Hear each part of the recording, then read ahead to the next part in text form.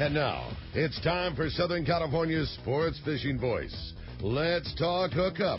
For the next 2 hours, join Pete Gray, rock cod Rick Maxa, and this week's special expert guest for fishing information, new techniques to catch more fish, and the most current scoop on what's happening in the water. Let's Talk Hookup is sponsored in part by Yamaha Outboards. Reliability starts here. By Ford, the official truck of Let's Talk Hookup, and Shimano Rods and Reels. Fish with the best. Shimano. Get ready for the fastest 2 hours on radio with the hosts of Let's Talk Hookup, Pete Gray and rock cod Rick Maxa.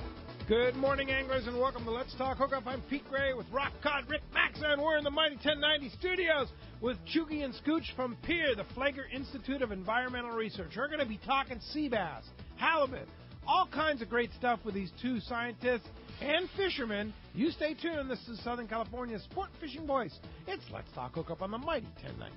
You've heard all about it. You know the angler's catching fish habit, so what's holding you back? It's a fact.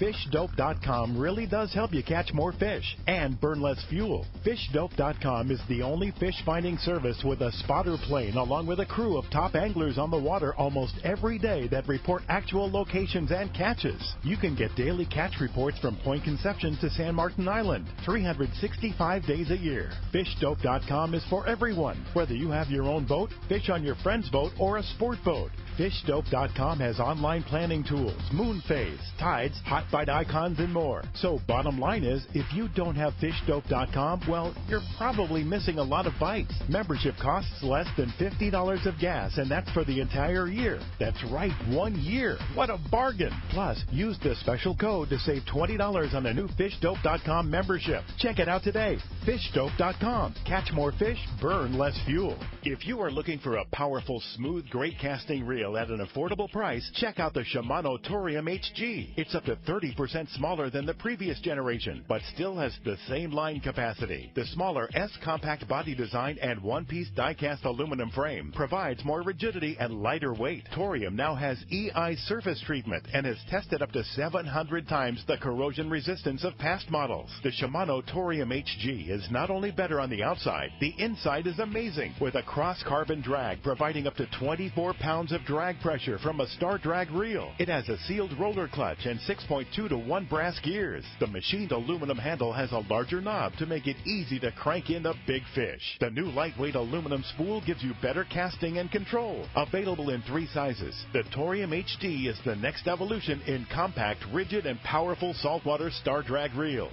Get it now at your local Shimano dealer. The offshore fishing around San Diego seems to keep getting better every year, and next season should be no exception. The same is true when it comes to Ford trucks. They just keep getting better too. In fact, the new Ford Super Duty has just been named Motor Trend Magazine's 2017 Truck of the Year. It's the toughest, smartest, most capable Super Duty ever. If you've got a big boat to move around, look no further. Super Duty beats the competition hands down in both conventional towing and fifth wheel towing. Plus, the new Super Duty is built with high-strength aluminum alloy body panels that won't rust ever. For folks like us that launch a lot of boats, that's a pretty big deal. Continuous improvements and innovations have made F-Series pickups the best-selling trucks in America for 40 years in a row, ever since disco and 8-tracks cassettes were all the rage. So whether you've got an eye on the built Ford Tough F-150 or you need the extra muscle of the new Ford Super Duty, you'll find what you need at your Ford dealer. Go to buyfordnow.com to learn more, or stop by any San Diego County Ford dealer. They'll be glad to hook you up.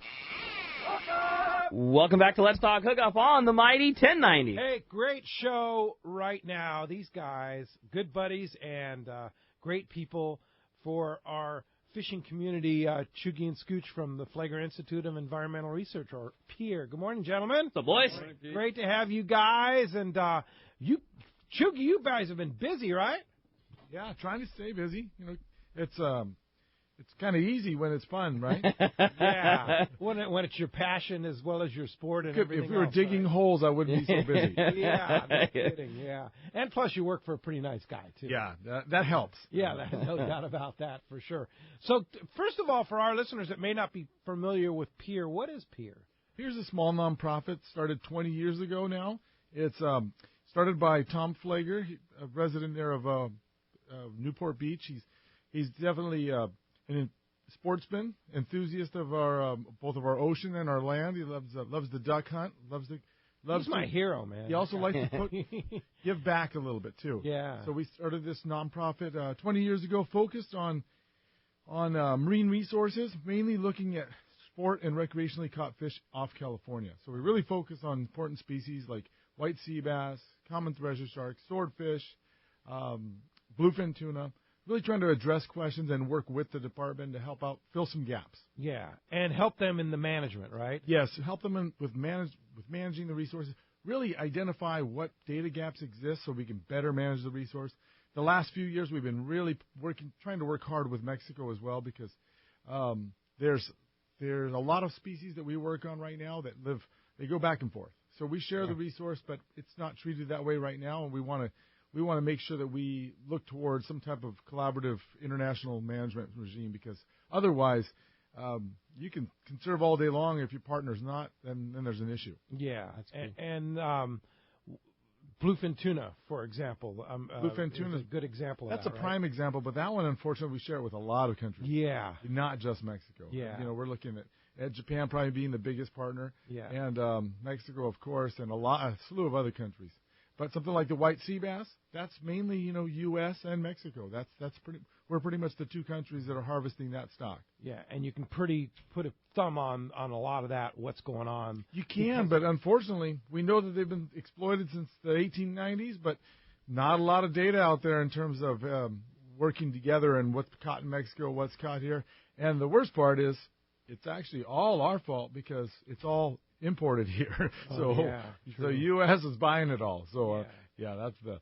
So we're talking stock assessment with Scooch, and Scooch, welcome. And what's your part now? Chugey, Dr. Chugey Chobovita is kind of the head of PIER. Now you're kind of working with Chugey, right? Yeah, I'm a research biologist there. I help collect a lot of the data, analyze, crunch the numbers, and work with Tom, who is actively involved in a lot of these projects. So Scott basically runs the white sea bass program. Yeah, that's his gig. Sea bass and he lives and breathes sea bass for so many years. Many of us remember Scooch living out on the receiver out in Cat Harbor there, hanging out with white sea bass, living with a white sea bass. That was a form of torture. You were one with the sea bass. Yeah, one with the. I can imagine. Yeah, imagine right now how cold it was. Oh, yeah, no kidding, huh? No one to talk to. You picture Cat Harbor's like this sunny, nice summertime. Like, this is great. Yeah. Not this morning. Yeah, it gets cold in the winter. But, yeah, we had some projects going on spawning and white sea bass sound production. So we're still carrying on some of that research. We put some hydrophones offshore to monitor spawning activity up and down the coast, as well as putting archival tags into fish to track their movements horizontally and vertically in the water column. So is that white sea bass really as mysterious a fish as people make it out to be? It is, and the tracking data will confirm that, because there's not much rhyme or reason or patterns that we find. We do find a seasonal shift where they go deeper in the wintertime. This time of year, they're harder to find, harder to catch, and that's why the landings go down this time of year. But they move a long ways. Do they? That's the one thing that, you talk to a lot of folks that have caught a few, and they think they got it wired. And they usually will tell you, they're usually parked right outside that kelp bed. Get right on that upper edge right there where the current is. And, that's where they live. Drop a mackerel down that. They're just not biting. Yeah. So you know what? They move a long ways. That's crazy. And they move a lot, right? They move hundreds of miles Thousands of miles a year. Thousands of miles Thousands a year. of miles, yeah. Wow. Where do they go? They go all the way up above the California border. No We've had kidding. Fish moving up there all the way down to central Baja. So between Punta Baja and actually almost up to the Canadian border, we've had tracks of fish going up that far. You know what'll make them park? A squid bed. Oh yeah, squid bed. That's the equalizer. Yeah, that'll make them stop. That makes them stop and makes them very vulnerable. What makes them move? I think water temperature seems to be the primary factor. They like that cooler water, the mid 60s to low 60s. Mm-hmm. So once it hits 70 degrees, I know we tend to quit our efforts tagging because they're harder to come by.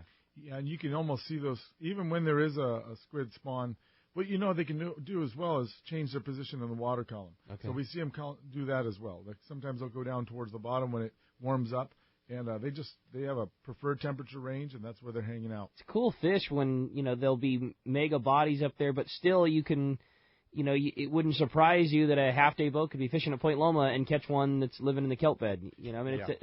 That's what makes those things so cool is that they don't follow any rules. Sure, the spawn and the majority are there up here, but there's squid down here, so there's a bunch of fish, and then every day there might be one on the flats in Imperial Beach or wherever. Oh, yeah, and now we're living in an age of spectra, so a lot of those fish you'd hang 20 years ago on monofilament and good luck. Yeah. Hang a 50-pounder in the kelp. There's no way. No way. He's gonna. Yeah. I don't care if you use him 50-pound string. He's gonna wrap you up and wrap you up and wrap you up, and then it's done. But nowadays, it's just you feel that zing pow, and that's every little kelp stringer just popping, and then you have a shot. Yeah, you have a shot. So with those shots, are we as recreational anglers impacting that resource? Oh, certainly. I mean, there's no doubt. Unfortunately, what's really nice is this past year. The late Packy Ofield and Tom Flager put together the funds for the first stock assessment. Because in order to find out where you are with the stock or how much you're impacting the stock, you need to know how much is there. And that's the first step for any of these species. And unfortunately, even though we've been targeting sea bass since the 1890s, there was no stock assessment on record for that. No, this is the first one. First one. No kidding. First wow. one. I didn't know that. And what it's shown is that, we had some historic lows. And just like it's already been previously written that the stock's been up and down probably 3 or 4 times through a point of overexploitation. It's been up and down. Right now we're approaching a low cycle. We're in the low cycle. Mm-hmm. Even without coastal gill nets? There are, yes, even without gill nets inside of 3 miles. There's still a gill net fishery. And they catch a lot of sea bass. They catch sea bass. It's dedicated to sea bass.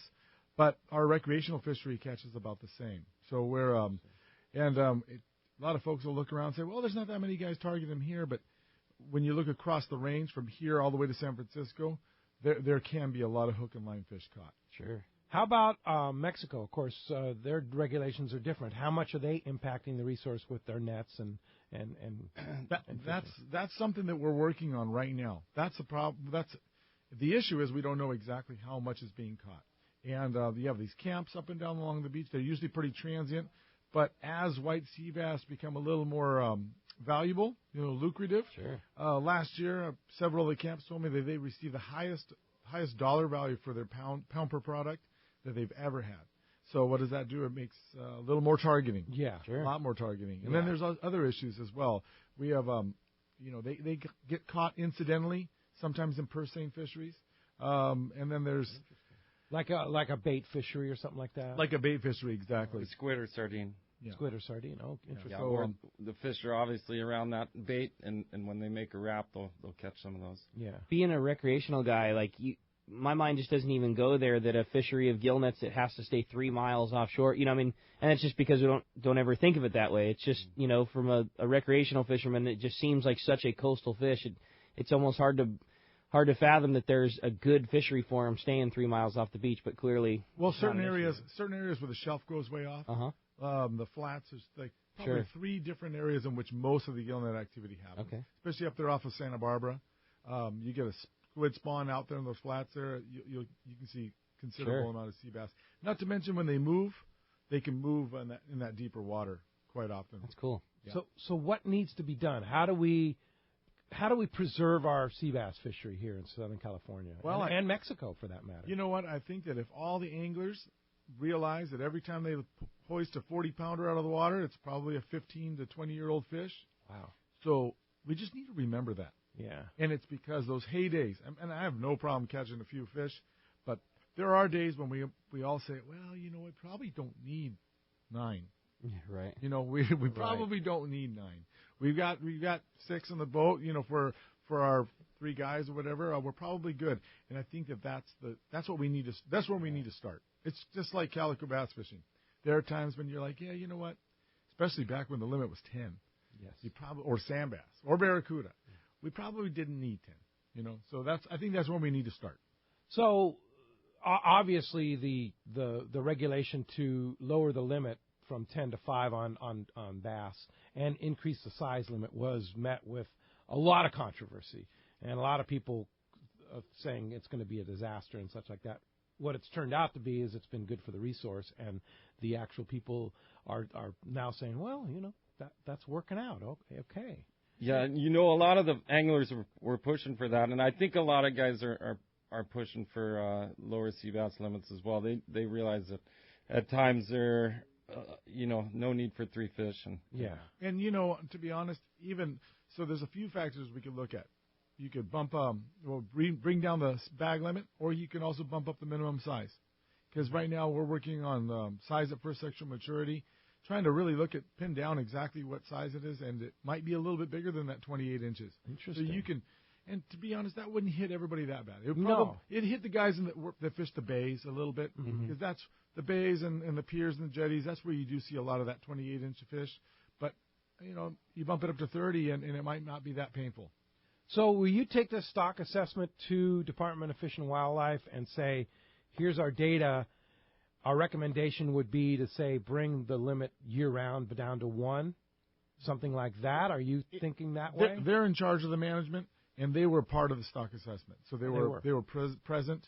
So now I think if this next season, this next management cycle, they will take this new information and use it, try to look at how they can try to probably make changes based on the new data. Yeah. Okay. So one of the issues that happens is after it's June 15th, right, when the limit goes to 3, that not only does that limit go up for recreational anglers, but it opens up the season for hook and line commercial guys. As well as gillnet. Just opens up gillnet. Yeah. Basically has a 0 limit.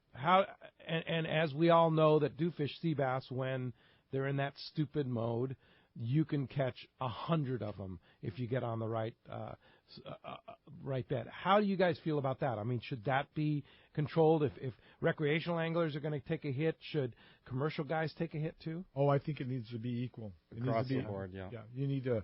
It's not fair. You can't really just selectively pick one group and say, oh, we don't impact, or we do impact. And even if you don't impact it that much, you still need to take everybody in consideration. Right. Yeah. Yeah. Our tag recapture data shows we get tag returns from all the sectors: kayak fishing, spear fishing, hook and line, recreational and commercial, and gillnet. So we've even had one that got caught in a lobster trap. In a lobster? Come on. The head was stuck in the lobster trap. Yeah. Wow. He wanted some free lunch. He likes lobster. Yeah, exactly. Blaming him here. Interesting. Yeah, and several from that purse seine fishery as well. So, and we were talking about Mexico catch versus the U.S. Our tag recapture statistics are pretty even for Mexico and California, about 20% across the board. Wow. We've shifted a lot of our tagging efforts into Mexico, so we've been tagging more south of the border. Yeah, and you find that the Mexican fishermen are pretty cooperative Yeah, with you? when there's a recompensa for $200 on the tag, it usually comes back. Now, we try to hit every one of those camps and talk to the fishermen and explain, hey, you know what, and they want the same thing we do. They want to see long-term sustainability because they want to be able to rely on the resource year in, year out. Especially as the price goes up. Yeah, exactly. And you two guys are fishermen, and you're fishermen first, and I think you're a lot, those guys are identifying with you. It's not a guy walking down with a badge saying, we're going to take these fish away. You talk the talk and walk the walk, and that's what's so cool about having Chugey and Scooch in here is you guys are fishermen first, and, this was your passion and became your job and everything else, and I think that lends such a different, let's face it, I think a lot of times when recreational fishermen are met with people that are in your similar position, it's always the, fingers crossed, you're trying to take these things away. That's not the case with what PIER does. I mean, it's for the better good for all of us, and it really is. That's not the BS thing. We're trying to look for the long-term solution here. Yeah. My kids, I want them to be just as excited and have just the same opportunities, maybe even more. Look at white sea bass. There's a few generations out there that never really experienced white sea bass fishing. When I was younger, it was like somebody would catch a white sea bass, and it's like, you got a white sea bass? Yeah. It was like one a year kind of thing, right? And in 2010 or 9, it was like, you didn't catch a white sea bass? Yeah. What's wrong with you? Yeah, exactly. Wow, so much to talk about here. Sea bass, bluefin tuna, swordfish. We haven't even started the swordfish thing. Yeah, the swordfish thing that PIER has been working on. So much to talk about here with Chugey and Scooch, and a wealth of knowledge here. Yeah, you're not kidding, man. We're going to have a great time. Lots of great information. If you want to be a part of the show this morning, you got questions, these are the man. For sure, going to be a great show and some really, really great info coming your way. If you want to join us this morning on Let's Talk Hookup, there's 2 ways that you can do that. And first is with our local line. That's 858 area code 457-1090. Again, 858-457-1090. That's our local number. Or reach us toll-free. That toll-free line is 877-792-1090. Again, 877-792-1090. Not only taking your phone calls, not only are we bringing that great information from Chugey and Scooch, we're also giving away a great prize for one lucky caller at the end of the show today. And that's a 3-quarter-day trip to go fishing aboard the Liberty at a Fisherman's Landing. Get in. You could either go right now and get on that great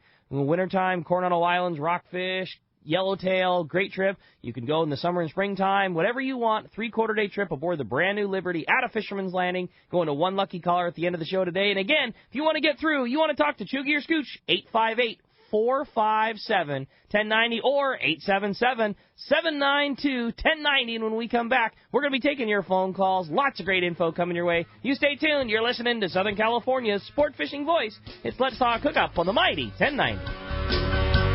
Walk down the docks these days, and guys are eager to show off their expensive new coolers. Makes me wonder what the world's coming to if a guy can spend $500 on a cooler. Oh, well, what do I know? I know this. Those new coolers are a heck of a lot better than the old coolers I used to trot around. In fact, that's what got Paul Cabellin at Engel USA thinking about a better cooler in the first place. His Engel coolers were designed with 2 inches of insulation and a tight-fitting seal to keep things ice cold for up to 10 days. He introduced an integrated hinge so the lid wouldn't break off, durable latches with stainless hardware, and ergonomic handles. Most of all, he priced his gear fairly so a guy could count on getting his money's worth. If you need a new cooler, take a look at Engel Cooler before you buy anything else. It's the original. It's built to last. And when it comes to performance, you can count on ice lasting longer and your catch staying colder than anything you've ever tried before. Many years ago, Baja pioneer Bob Van Wormer found the area he called the Great Fish Trap in the East Cape of southern Baja and built what is now regarded as the premier East Cape resorts of Palmas de Cortez and Playa del Sol. Today, following in their father's footsteps, Bob's sons, Bobby, Chucky, and Eddie, have taken Palmas de Cortez and Playa del Sol to new levels with the largest sport fishing fleet in Mexico, a luxurious spa, and top-of-the-line resort amenities.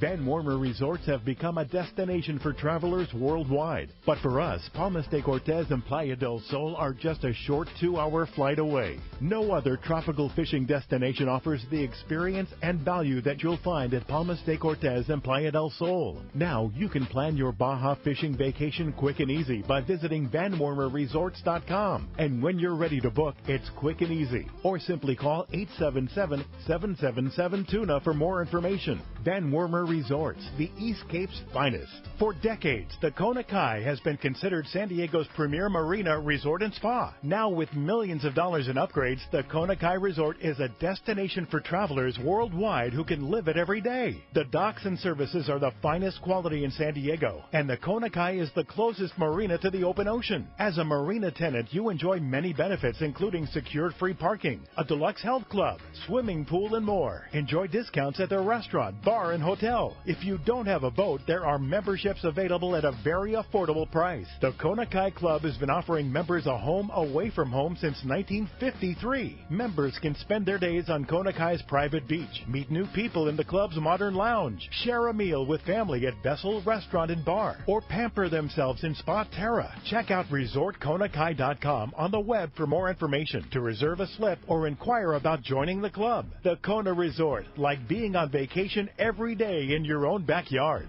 Are you feeling that itch to get out on the water? Come fishing on the American Angler and reacquaint yourself with some familiar faces and make new friends. Captain owners Brian Kiyohara and Sam Patella take pride in every aspect of the American Angler operation, from their loyal and trusted crew to the sashimi-grade fresh fish you'll take home. It's easy to find a vacation that fits your schedule. We have everything from day-and-a-half to 10-day trips and longer. Call me at the office, 619-223-5414, or check us out at AmericanAnglerSportFishing.com. We want you to become a part of the American Angler family.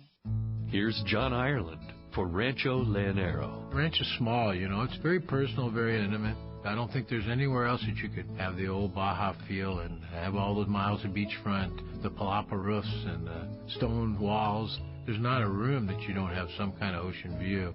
You don't give up any amenities at the ranch. It's just very rustic. You know how when you cook outdoors it tastes better? Well, that's Rancho Leonero. It just tastes better.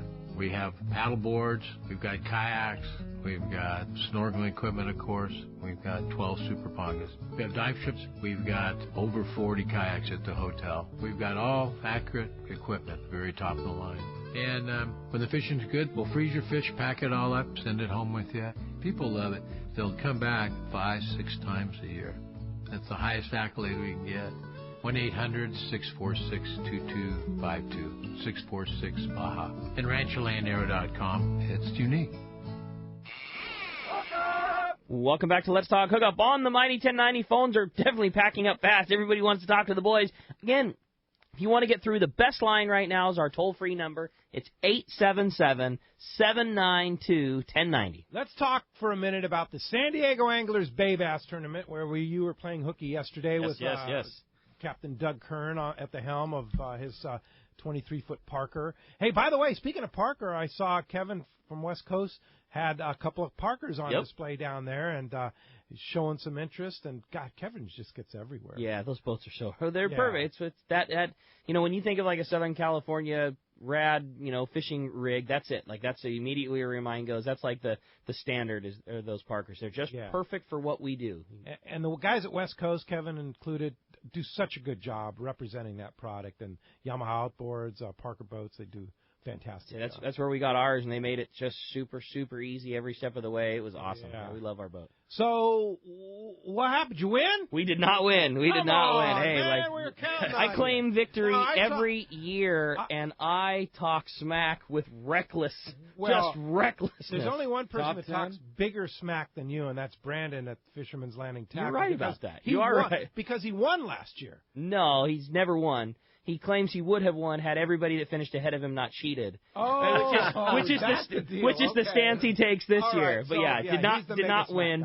But did win. The Smack Award. But yes, he does win the Smack Award. But did win amongst our group at the tackle store. Like the Bay Bass tournament is a really big deal when you work at Fisherman's Landing Tackle, and it is mostly smack talk. Yeah. And of which will be a very difficult year for me because although we finished well, we finished behind both of the other two teams. Doug and I did, yeah. We're in for it. Trust me, we're in for it. And I will say, very well deserved we're in for it because I can talk smack with the best of them. Yeah. And so it was a really fun tournament, as it always is. Those guys do the best job, but it was very, very tough fishing this year. Tough fishing. Yeah. And how many teams this year? I don't know the exact number. I think between 130 and 150 is kind of what I heard. I didn't hear that from Dwayne, but it was. I mean, you certainly wouldn't have noticed that there wasn't. That if it wasn't completely sold out, which it may have been, I'm sure it was very close because it was packed house as always. It was crazy how it was just meant to be. The tournament was supposed to be last weekend, and it got postponed due to the very poor weather. And it just worked out that this was better tides and great weather, and those guys, how they can launch 150 boats and get them all weighed in San Diego. I mean, think about the logistics that it takes to do that thing, and they nailed it. It was a great tournament as always, great turnout, free barbecue, free beer, great raffles, great prizes. It was perfect. Yeah, they do. The San Diego Anglers, Dwayne leads and Mike, and the whole group, Lewis, everybody there. He does that. So the winning team caught it with calico bass. Yeah, I think what was the pound? It was like 7 3/4 pounds or something like that. Nothing for 3 fish. Yeah, well, I wouldn't say it's nothing. Those are nice fish. Yeah, I'm not going to say, but when you have 150 teams competing, that's the thing exactly. Somebody would catch a double-digit limit. You think about all the 3-pound fish that are currently normally in the bay. I mean, that's three and change, that's 3.3 pounds. If you can do that over just 3 fish, that's going to get you over 10 pounds, and it wasn't even close. We had that one, the kicker this year. Doug and I got to practice one day. We did a pre-fish day a couple days beforehand, and we had 10.5 pounds for our big 3 fish. Would have been the winner. Come tournament day, our big fish in our stringer and our second biggest fish in our stringer weighed more than our entire weight of our day yesterday. Nice. Yeah, they have to be 14 inches. Right. Yep. Keep, yep. Right? Same bass limit, 14 inches in the bay. Wow. But you probably should have maybe concentrated on spotties. I mean, it's hard. I mean, a 14. There's some 3-pound spotties in there, right? Are there? Sure, but it's one thing to do exactly that, because I'm guilty of saying the same. Oh yeah, there's 2.5 3-pounders. A 3-pounder that you hold up and take a picture of and show your buddy looks a whole lot different than a 3-pounder that's hanging on a digital scale. You know what I mean? No doubt about that's 3 for sure, and you take it back in. It's like a pound and a half. Exactly. Yeah. And spotties, when you get one that's above 12 inches, they all look really big. But actually getting one that is over 14 inches, it's tougher to do than you think. And then to get 5 of them. But there were some really big ones caught. And there's no doubt. And you're right. That might be it's a good call. So what about halibut? I know they always have a halibut division. Were there any good halibut? There was. I thought it was really cool. An angler caught a 15.5 pounder, which is what won it. Several $100s. I don't recall the exact amount, $600-700 kind of thing. And he kept it in his bait tank the whole time. Brought it up to the weigh-in live. They weighed it in the basket. They put it in their little release pin, and they let the thing go afterwards. Which is always cool, yeah. So nice. Fishing 15.5 pounder, living in the little release pool, and it went back, and it's still in there for somebody else to grab. So very nice. Yeah. Well, congratulations to San Diego Anglers, and the winning team was the Sousa's won it again, which they're deserving of it. They're awesome. Yeah, absolutely. I mean, to be able to pull that off to catch 7.5 pounds or 7 3/4 pounds, we'll double check for sure, inside the bay, and not just inside the mouth of the bay. It's been brought back to I think buoy 9 and 10. I mean, which is inside the bay a little ways, and that's impressive to catch that kind of calico bass inside the bay limits. I mean, that's hats off to them for sure. And before we finish up, I do got to say full congratulations, Big Sail Dale, who works in our tackle shop, Darren Paslich and his buddy Brandon Nelson of our little group. Those guys bested us at the tackle store. Come on, so I don't Brandon too. Oh yeah, so I don't get to Big Sail Dale. Yeah, he was the champ for our tackle store bet. So I got congratulations. Yeah, got to give it up. Those guys did really good. Congratulations, Dwayne. Hey, Dwayne, here's Dwayne from the San Diego Bay Bass Tournament. He's got a little add-on. Good morning, Dwayne. Yeah, the winning team, it was Tony and Mario Souza. They used spinner baits and a little bit of live bait out toward the jetty there. They figured with the dirty water they would toss spinner baits, and that was their winning combination there. That's awesome, yeah. And I mean, like I said, that's an impressive calico bass to be caught inside the limits of the bay. Yes, and a little caveat to that, Tony Souza, he was the one who won it in the kayak a couple of years ago when his boat canceled out. So he won it 2 years ago. This year he brought his brother fishing for the very first time, and they won the tournament there. So I imagine they're going to be a team from now on there. That's cool. Yeah, I would say so. But overall, pretty challenging fishing for most anglers, I'm guessing, huh? That's what we heard. We had 36 kayaks participate, and only 6 of the kayaks weighed fish. Wow. And 5 of those won money. 36 kayaks, and that was sponsored by Fastlane Kayaks. Ron and the gang over in Mission Bay sponsored the kayak division. That's an impressive showing of kayaks. Yeah, the kayaks, they really enjoyed this tournament here, but the fishing was tough. They even said it was really tough. Yeah, and how many boats overall? There was 130, I think over 135 boats and kayaks on the water. So about 100 boats and 36 kayaks. Wow, that's impressive. Cool, Dwayne. Great job. Good job, and everything ran quite well, and beautiful weather, and everybody, I'm sure, had just a fantastic time. We had nothing but compliments yesterday. I want to thank everybody for coming out and helping and signing up for the tournament. There was nothing but compliments. Yeah, fantastic, Dwayne. Well, I guess you're going to do it again next January. Yes, guess what? We're having a meeting this afternoon. We're going to start planning for next year's event today. And it'll be a brand new launch ramp next year. Brand new launch ramp. And, yes, I want to bring that up. We also do the top 25. We're going to invite the top 25 back sometime in April, but we won't be able to use Shelter Island launch ramp like we normally do. We'll probably launch out of Chula Vista for the top 25 in April. Okay, cool. Great. So, Ricky, you're in there. At number 23, you're right there. Be there. So you got a chance to defend your top title there. Get to talk smack all over again. All over again. Hey, Dwayne, and you and the Sandy and Mike Cazelli all do such a great job at the San Diego Anglers with that term. It's a huge undertaking, and I know all the anglers out there that participate appreciate your efforts. Well, thank you very much for the compliment. All right, Dwayne. Thanks, Take Dwayne. care. Thanks for the call this morning. So, Chugey, what's the deal on the sand bass? We were talking about that in the break. I know that's not your area of expertise, but being the fisheries biologist that you guys are, Any explanation why sand bass fishing is so much tougher than it used to be in the bay? You know, I like you said, that's not my area of expertise. Yeah. However, if I would, I do know they move quite a bit. I know they can move quite a bit, and I would say it's probably forage based. I'd say it's probably just a lack of. Of course, you know, we're not seeing the sand bass spawns that we did when I was a kid. Yeah. I mean, we used to be on the freelance. Oh. And just, you come over a meter mark that fills the screen, right? Yeah, you could catch them on the surface iron. You could catch them in the middle of the water column. Scampi. Yeah, exactly. A big old root beer scampi, so I'm sure that has something to do with it. But just in the last few years, you take a day like this though, right after or right during a Santa Ana condition where you have a lot of upwelling, it shuts down a lot of fishing. It really does. Everything gets cold and everything gets lockjaw. But if you're not seeing the amount of bass in the bay, it has probably has a lot to do with forage. You know. Yeah, not to mention that dirty water never helps. Sure. Yeah. Just coming off of the storms. Yeah. So are you saying would it have been better to have that tournament given the same tide if it was overcast and rainy versus high pressure and sunny? Well, I think when that upwelling kicks in, the temperature drops pretty quickly, and the fish get lockjaw a lot of the time. They'll bite good on the increasing temperature, but when it drops, they don't. Especially a sudden drop. Yeah. Especially a sudden drop, you just. I mean, good luck. You know, I've been out there several times. Like, oh, well, let's just go try to catch a bass, and you're like, I can't buy bass. Right. Yeah. You can't catch anything at all. And you said the Santa Ana condition parallels with the upwellings? I've seen it where out on Catalina you get a nice Santa Ana day, no wind. Yeah, where in your mind you think this is going to be great. Blue perch. Blue perch. Wow. Well, hey, 877-792-1090 open right now. If you want to get through, there's your chance. All right. Well, why don't we start it off this morning with Don? He's calling us from Woodland Hills this morning. Don, thanks for getting us started here on Let's Talk Hookup. Hey, Rick, thanks for taking my call. Pete, Dr. Sepulveda.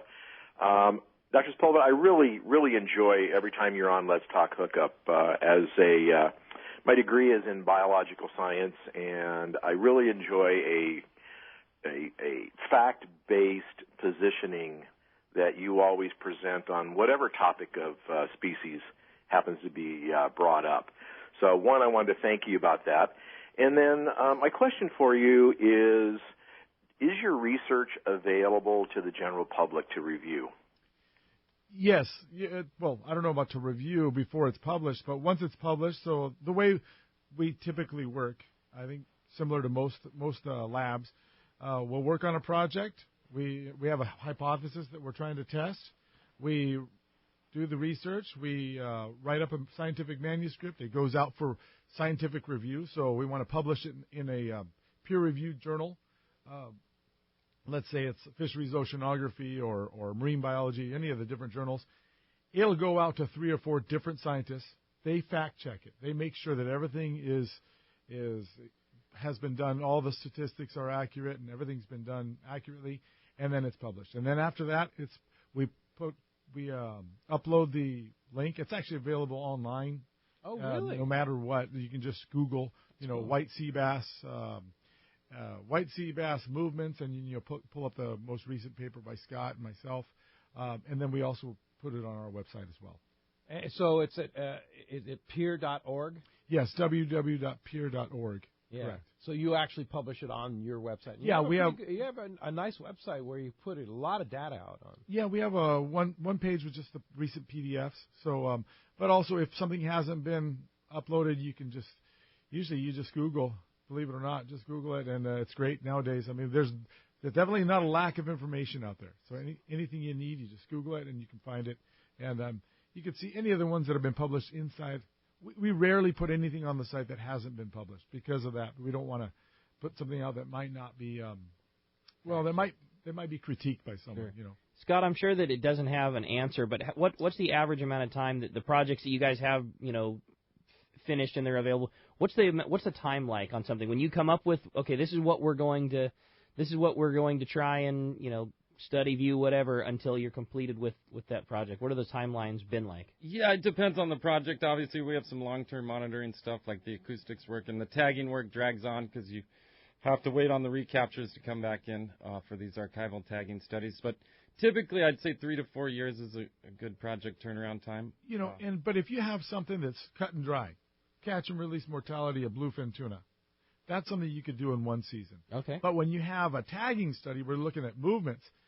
You can't just take what you see in 1 year and assume that that's going to be the case for every year. Yeah, sure. So that's why you need to really have multi-year data sets. And not to mention, like you mentioned, the tag recaptures. So we need to sometimes we need to wait 2-3 years. We still have tags.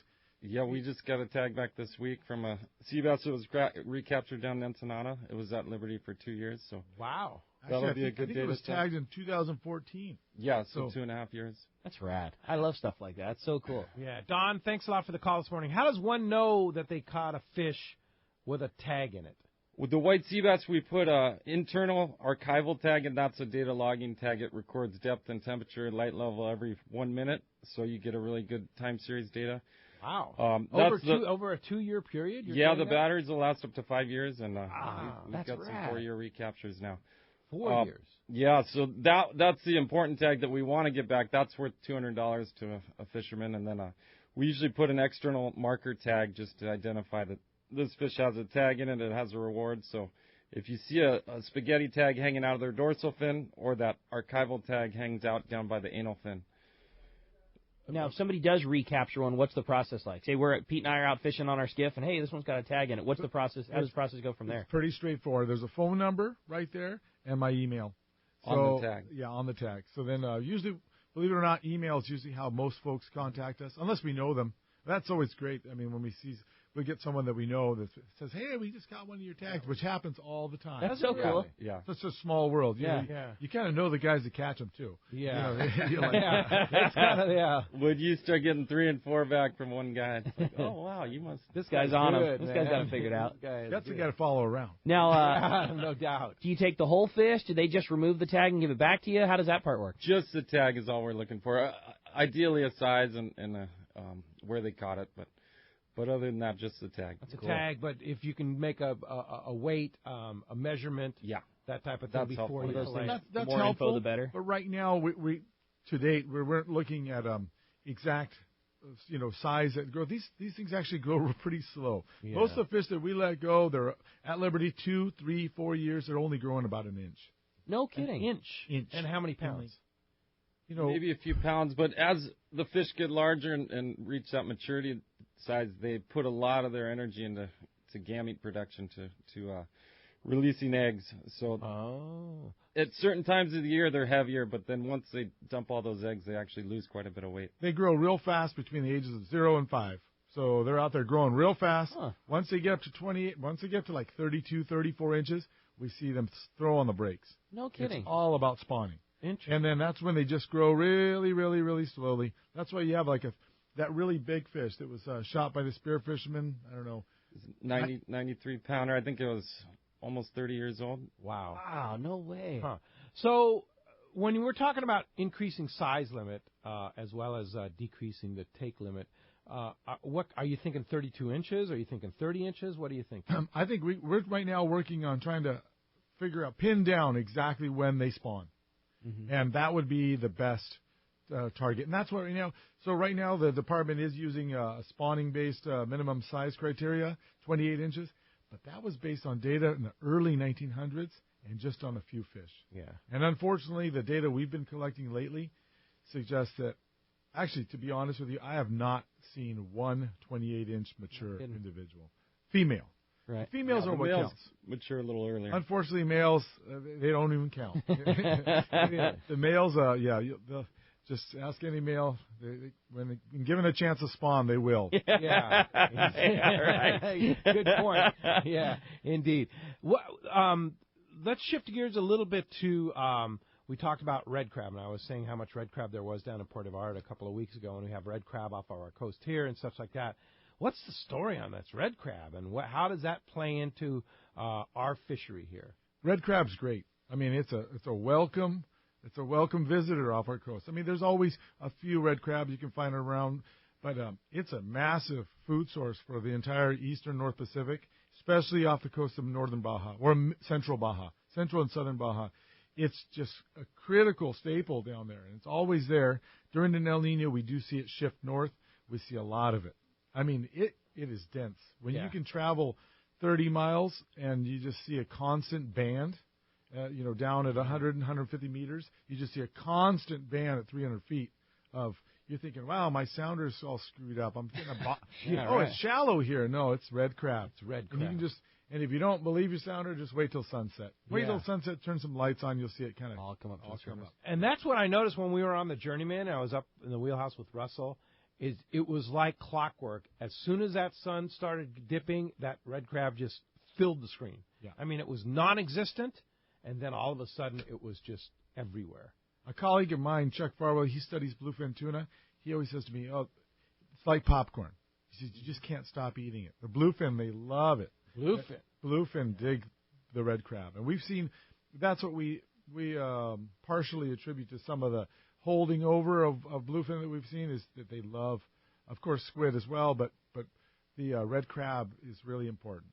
It was so cool, cutting some of those bluefins that we'd catch this year, and you wouldn't believe, it looks like it's just not possible to squeeze one more red crab. I mean, their stomachs are just blown out. Yeah, it's crazy that when you're cutting one of those things up and you look at it, there's 1,000 of them in there. It's wild. Yeah, very little energy to hunt them down. Sure, and they just keep on eating them for some reason. That when they're trained on it too, that's what they're doing. Yeah. And we've seen that a lot. lot. You see them puddling around and you can't get a bite. That's probably what they're eating. That's what's happening. Yeah. That's so cool. You're doing a lot of research with bluefin now too. A fair bit. We're mainly looking at. So a situation that came up a few years ago when we found out that the bluefin were not doing that great is they were looking into slot limits like they have on the East Coast.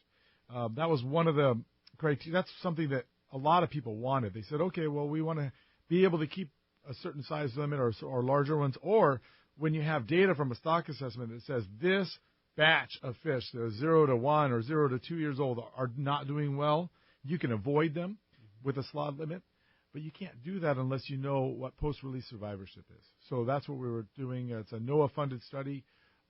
We have preliminary results right now, which suggest high survivorship. We tagged about 40 fish last year, and I do not believe we've had a few of the tags come off early for various reasons, but we have not had any mortalities attributed to fishing. So, cool.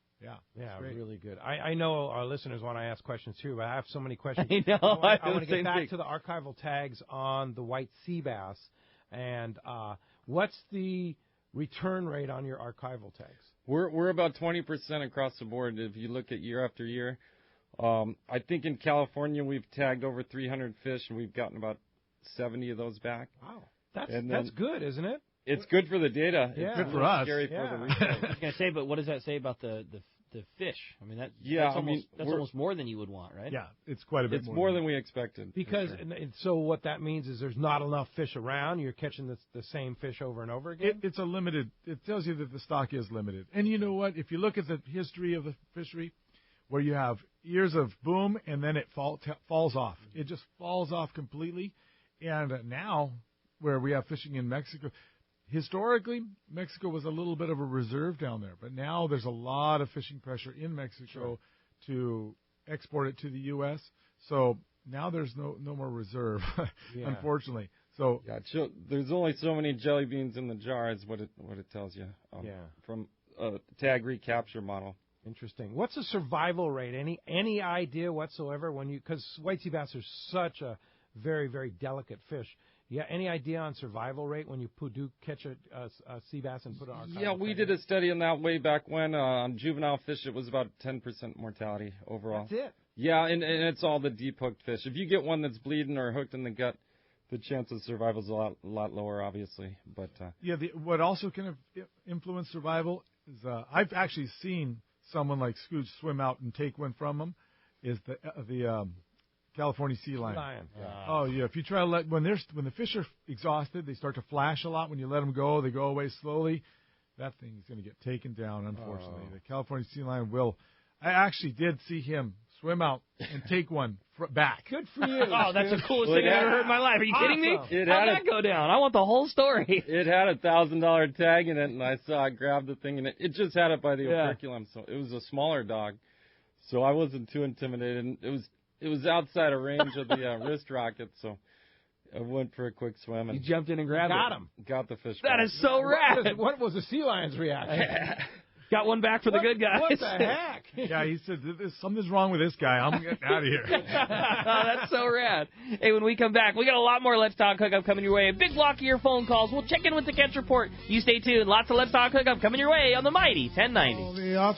This is Pete Gray to tell you about one of my favorite places to fish in the world. It's Whalers Cove Lodge in Angoon, Alaska. For several years now, we've been hosting groups at Whalers Cove, and this is certainly one trip I do not miss. Each year, the Powers family makes great improvements to the lodge that make this great lodge even better. New rooms, new boats, new fish processing facilities, new outdoor kitchen. The list goes on and on. As for fishing, the calm waters around Whalers Cove are 100 miles from any large town, so you will enjoy wilderness adventure without the crowds. Whalers Cove Lodge has some of the best salt and freshwater fishing in Alaska, and there's no need for a bumpy boat ride for hours. You can find productive fishing for salmon, halibut, and rockfish just 10 minutes from the lodge. Here's the deal. The word is out on Whalers Cove, so you want to go? Book soon. WhalersCoveLodge.com or call 800-423-3123. WhalersCoveLodge.com for the Alaska fishing experience of a lifetime. There's a new kid in town, and they are creating near miracles on boats all over the Southland. It's Blue Seas Fabrication, the West Coast first and only certified sea deck fabricator and installer. Install sea deck EVA from non-skid decking materials on your boat, sport fisher, or yacht, and your boating experience is enhanced and improved. Why? Well, first, sea deck from Blue Seas Fabrication enriches the look of any boat, old or new.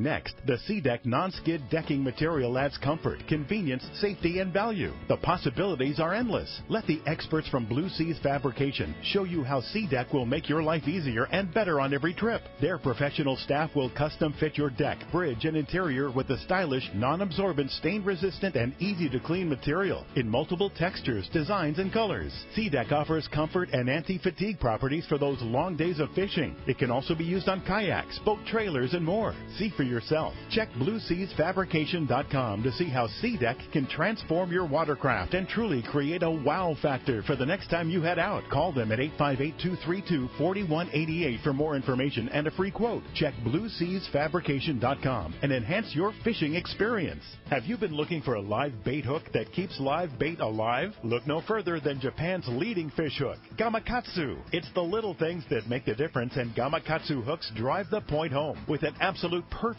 bend and ideal barbs. Your bait swims harder and longer, and when you get bit, Gamakatsu hooks bite back with a vengeance. All hooks are not the same. Go with Gamakatsu for infinite success. Gamakatsu, simply the best. Check Gamakatsu.com.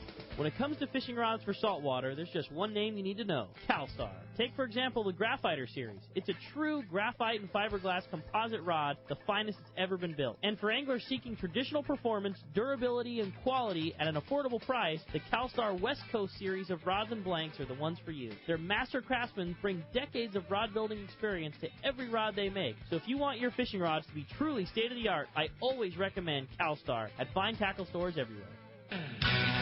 It's time for our Power Pro 30-second seminar, and I tell you what, with Power Pro, what I like about it is the knot strength.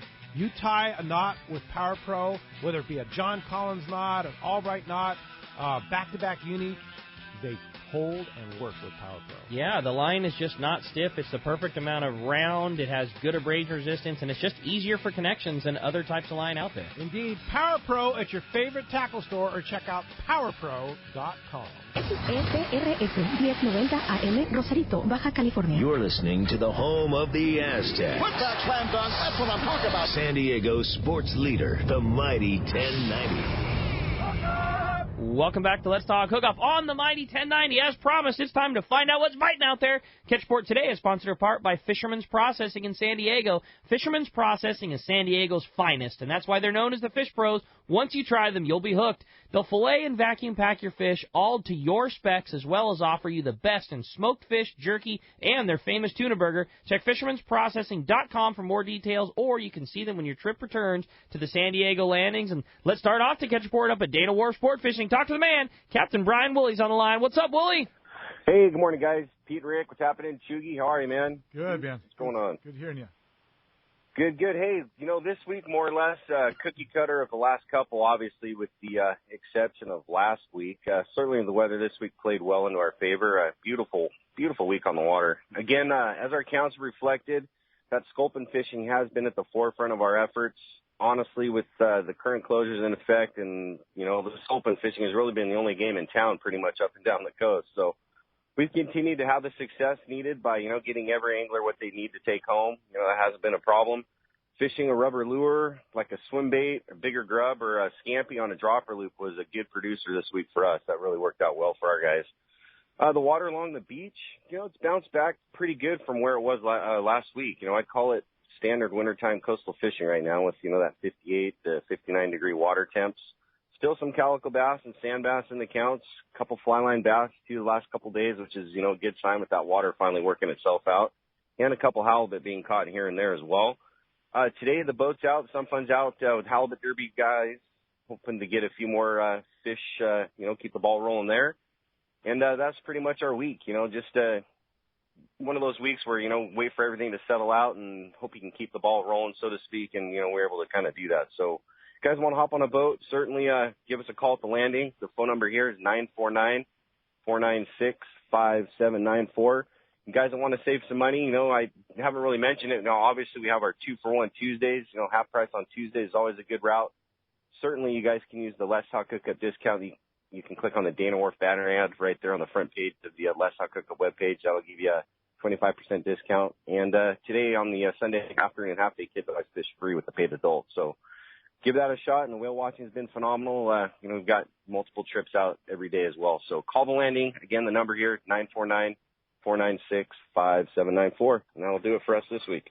Awesome. Great info, as always. Sounds like some good fishing. We got some nice weather on the way.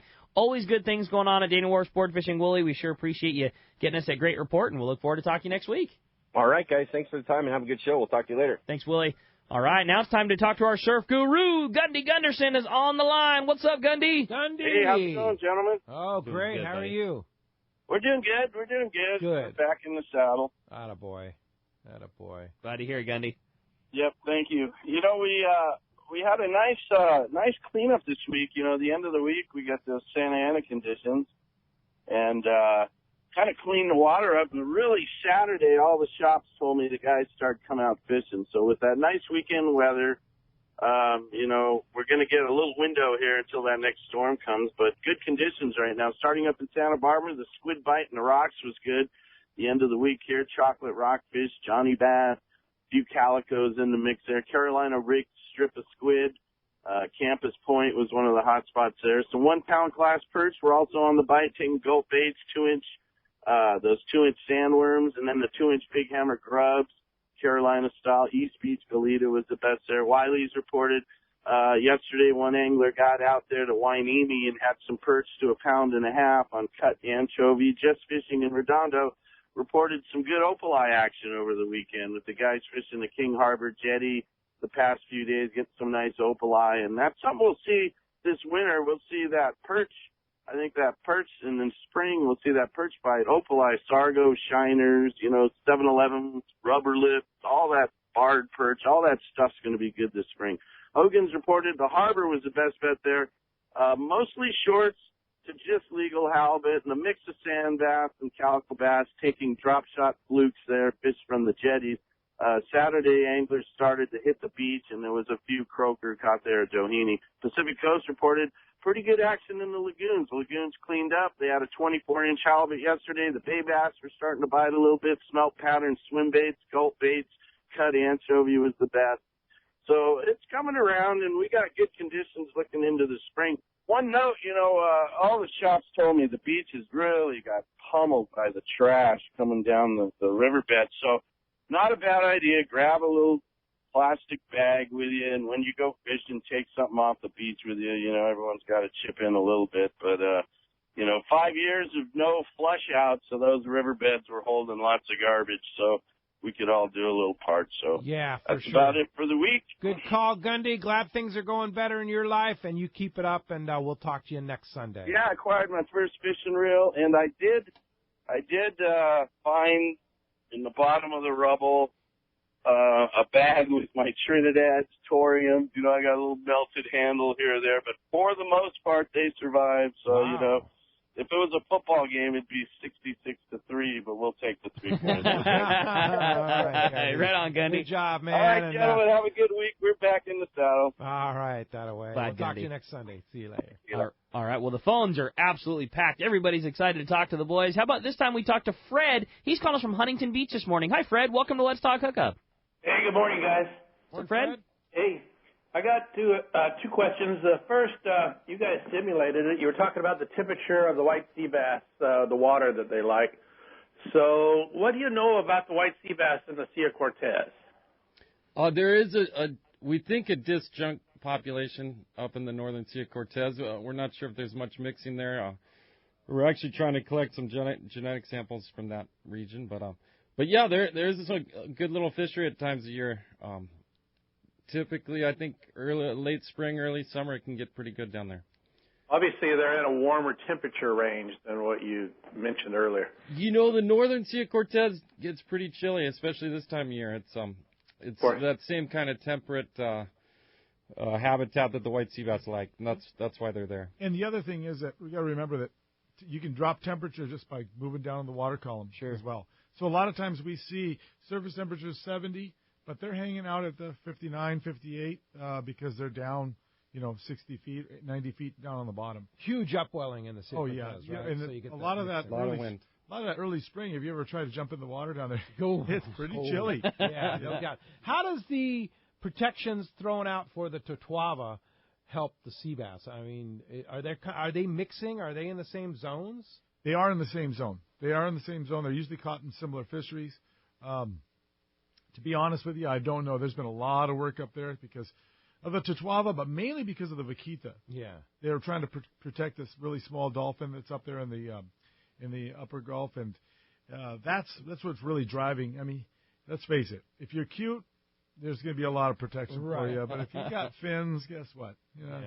And that major fishery up there is actually for the Gulf corvina. It's a different species. It gets pretty good size. We import a lot of that too. It's good meat. But they're about 10-pounders or less typically, where the sea bass. And a lot of our restaurants call it sea bass. Sea bass. No kidding. Oh, sea bass from Mexico. Oh, from the Gulf. Well, guess what? It's probably the Gulf corvina.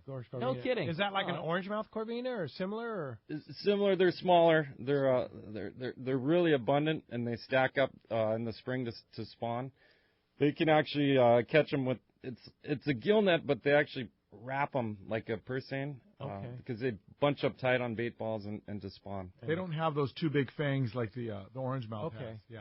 Interesting. That's really cool. They're probably tasty. Yeah, they are. They are. Yeah, for sure. Hey, thanks a lot for the call this morning. Hey, when we come back, we got another full hour of Let's Talk Hookup coming your way. More of your phone calls, more great information. You stay tuned. It's Let's Talk Hookup on the Mighty 1090.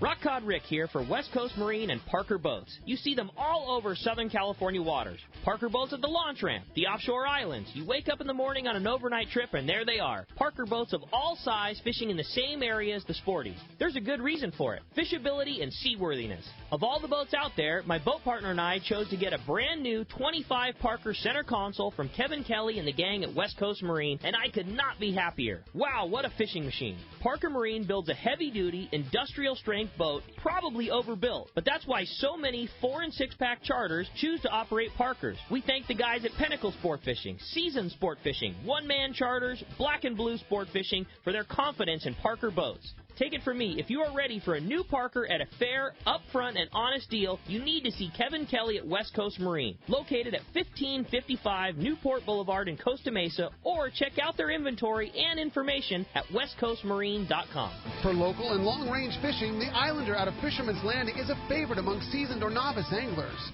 But Islander Charters is much more than great fishing. They also do incredible Guadalupe white shark diving trips as well as a schedule of kayak mothership trips. You need to check out the Islander on their website, islander-charters.com. The Islander is San Diego's leader when it comes to 2- to 5-day fishing. Watch the website for trips and adventures available. Experience the Islander difference.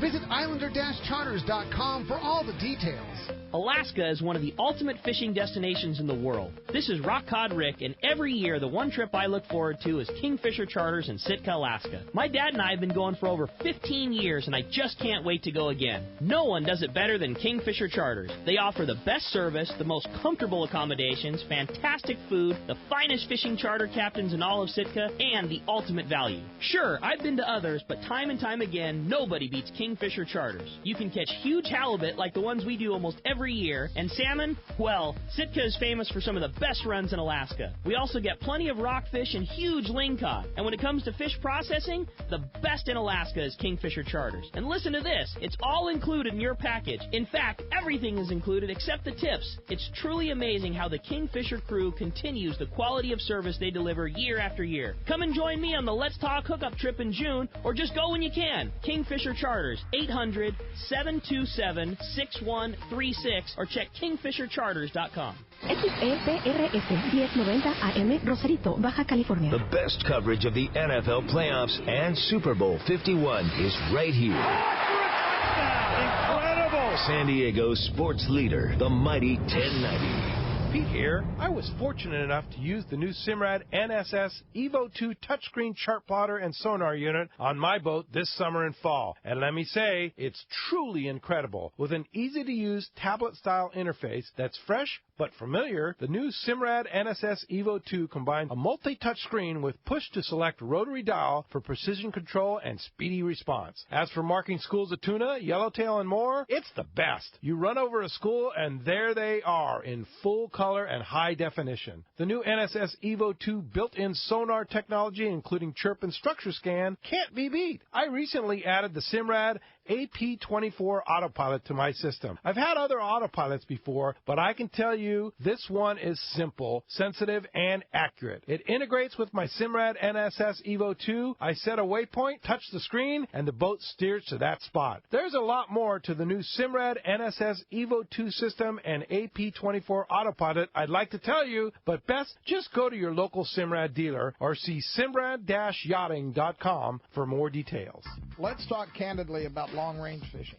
This is Captain Frank DePresti of the Royal Polaris and the Shogun. Nowhere on Earth will you find a fleet of long-range boats like we have in San Diego. We are fortunate to have several top-notch operations to take you to the most productive fishing grounds in the world. We all offer good food, comfortable staterooms, huge bait capacity, and top-of-the-line fish-finding electronics. So why would you choose the Royal Polaris or the Shogun for your next long-range trip? What sets us apart from the rest? It's pretty simple. The boats, the crew, and the service. From the moment you arrive at Fisherman's Landing, the service begins. We help you load your gear and do everything possible to get beginners or seasoned veterans ready to catch fish. When it's time to fish, the Royal Polaris and the Shogun have the edge there too, delivering the two best fishing platforms in the fleet. But don't take my word for it. Come fishing with us. If you want the best, it's Royal Polaris and the Shogun. For more information, call 619-226-8030 or on the web at royalpolarissportfishing.com or shogunsportfishing.com. Turner's Outdoorsman, Southern California's #1 shooting, hunting, and fishing tackle retailer since 1971, is right in your neighborhood.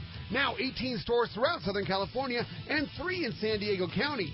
Turner's Outdoorsman brings you the best prices and selection, plus a knowledgeable staff that will help make your day on the water or in the field more fun.